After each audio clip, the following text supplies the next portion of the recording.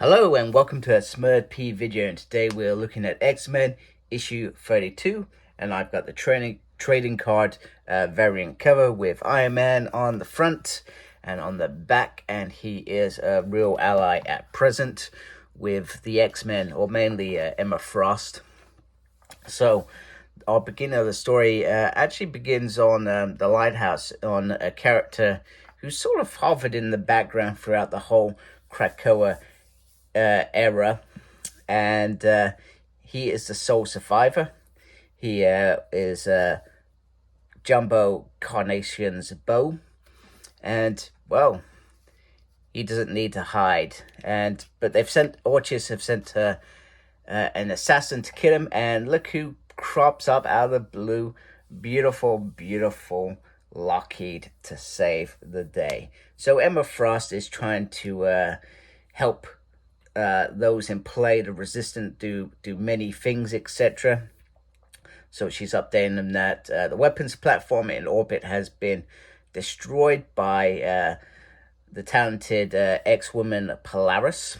Iron Man's Sentinel Buster armor has arrived and is drawing the bulk of Sentinels to the Australian outback. And she says, keep resisting. So she's controlling a driver, and she turns up here. These guys are wearing a psi shielding, etc., whatever devices. And they're wondering where their Sentinel backup is. Iron Man's obviously taking it to Australia. And, well, she's got other little gadgets that, main these men. Now, which gets me on to the next point, which, funny enough, Illyana answers in a couple of panels, but I wanted to bring it up first rather than just mention it in there because I was thinking of it first. So Krakoa and generally, if you're part of the X-Men, was don't kill man. It's it's the wrong thing to do. However, since then, all in this war, it really truly is a war because they are killing, and these are characters that you never thought would do such things, etc. So it has been a real war, etc. And afterwards, I really hope whoever's writing some of these characters explores what some of them did in this war to survive. And it goes back to when perhaps some of them were hypocrites, when Scott Summers was trying to keep them all surviving during decimation. I always refer back to this because they all judged Cyclops for creating this X-Force team and sent him after enemies only. This is slightly similar, but nobody's giving the answers. These characters doing these things sometimes off their own back.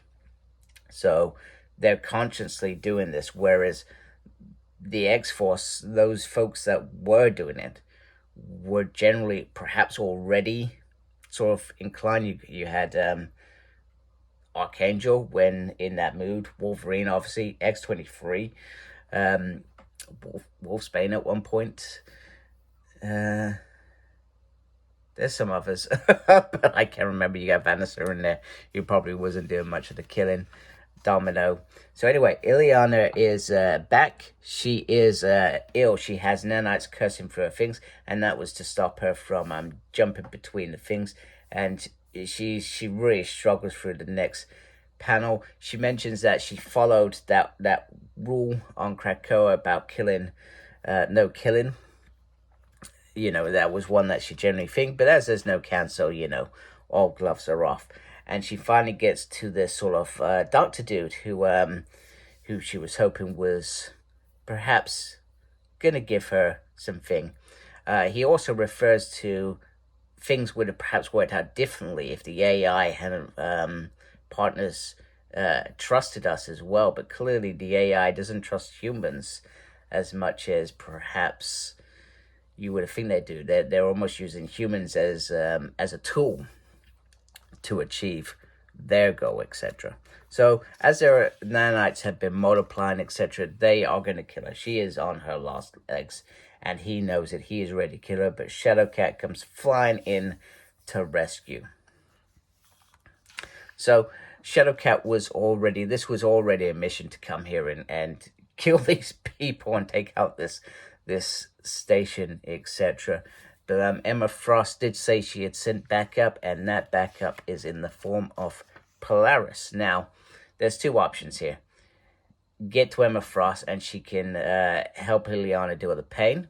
But Illyana is not prepared to wait. She says, "Get them out. Get these things out of me. I don't want them in me." So that takes a lot out of Polaris to take them out and destroy them. However, there is not Stiltman behind her. It is an Iron Sentinel. So she forms a bubble, and Orchis have created them that they can't simply destroy. She can't simply use her magnetic powers to crush them. So Shadowcat and Illyana, feeling much better, are ready to help this work. So we also learn that Illyana was she entered the gate and it fizzed out, and that's why she wasn't at the gala and ended up being caught up in the Hellfire Gala massacre. Lorna, funny enough, went off to space because she was depressed. I love it. It's brilliant. But it's good to have them back, and they've had a good old therapy session. So they start using other weapons that we probably haven't actually thought about before. You know, using power lines to electrocute the Iron Sentinel is actually a good idea, and then finishing with water is enough to blow it up. So they are killing facets. Illyana's back to normal, and it's moving on to the next step. Lockheed's back, and they are all very happy. I'm happy that Lockheed's back. Lockheed's great. So Nimrod is one on their list. However, Cyclops is back in the mix. He does have a cover, so he doesn't have his visor yet, which hopefully he gets soon. And they've got an ally in Alla Gregor from Orchis. So, but their problems are just beginning. So, and he asks Illyana to join her, and she's a war captain. She's been saying this throughout this issue. She's a war captain. This is what she does, you know. And if she was, even when she was ill, it was a case of if she was going to die, she intended to die fighting, etc. So, thank you for watching. I've really enjoyed this issue. I think it was a great issue, nice and smooth. It is sort of part of the bigger story that's coming out at the moment, so you don't get as much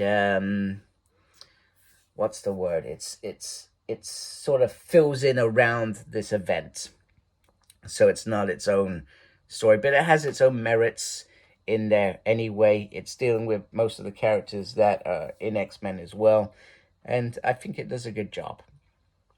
So, and obviously we know that this is coming at the end. I can't remember if it's issue 35 or whether they've renamed issue 35 Uncanny X-Men. I'm going to say, is it 700 or 800? I lost my marbles. Anyway, either of them. So this is coming to an end. So I guess the question is, what am I going to be reviewing? So I have X-Men Forever in my list, so that's coming up. I'm not sure if X-Men Forever is the complete change for this, or whether there will just be an X-Men title with a new writer. I'm not sure. I'm gathering Gerry's going to jump off.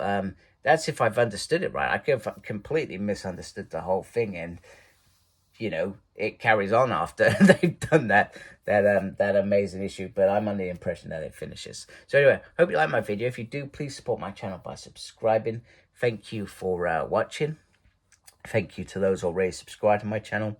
Make sure you look after yourself. Very important these days. And as always, embrace the geekiness. Take care. Goodbye.